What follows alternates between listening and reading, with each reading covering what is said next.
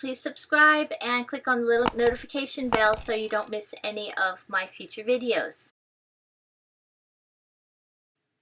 I'll put the recipe in the description below with all of the toppings.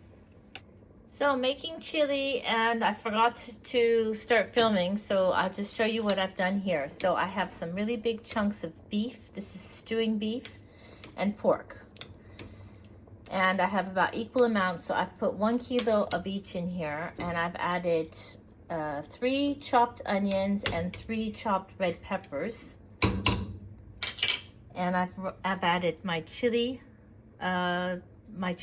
I think it's about 3 tablespoons, but it's not really measured. I just throw in what I think looks good. And if I taste it later and it needs it, I will.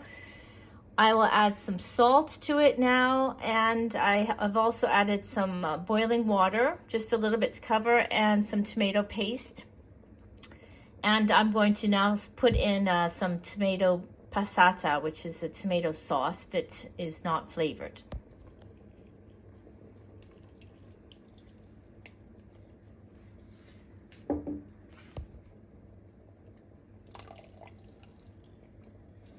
Okay, I'm adding 3 liters of this tomato sauce.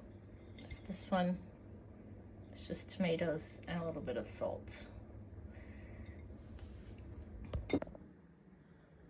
Okay, so I just add a little bit of water in one, I shake it, and then I add it to the other, and so I get most of it out without adding too much water, but I could have done that before.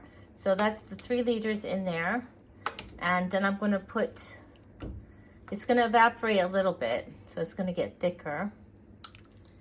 It's 4:15 at the moment, and I'm going to leave it until we eat, which will be in a few hours. So that looks good. And the last thing you do at this point is add the beans, because you don't want them to be there when you're stirring around with the meat, and it will get all mushy. All right, this is 2 cans of the beans, and they've been rinsed thoroughly to get all the gas out. All right, so this is what the beans look like. You just pour them out into here, and then you're gonna see when I put the water on it, it's gonna be very gassy. So this is what you want to avoid. See all that gas that's coming up?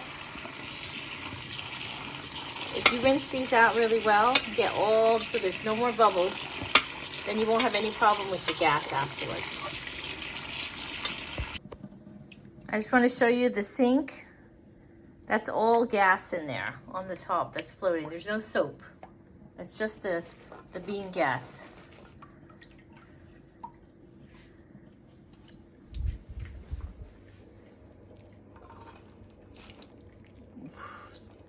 It's just gonna fit.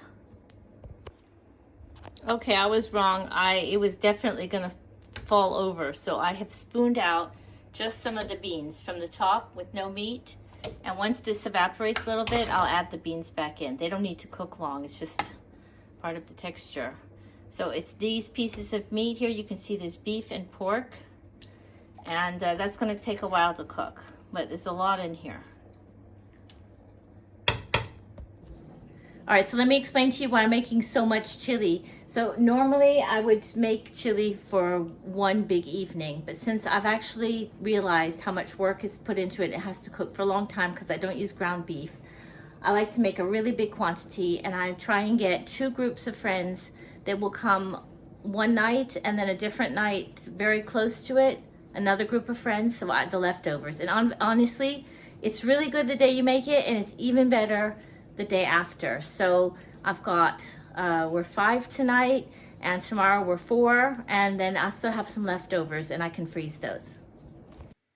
Well, I had several times that we were able to have this chili, and every time I have it, you have to add some red onions and some grated cheese and some coriander, some lime, some chopped tomatoes, jalapenos, olives, whatever you want, you can stick it on top.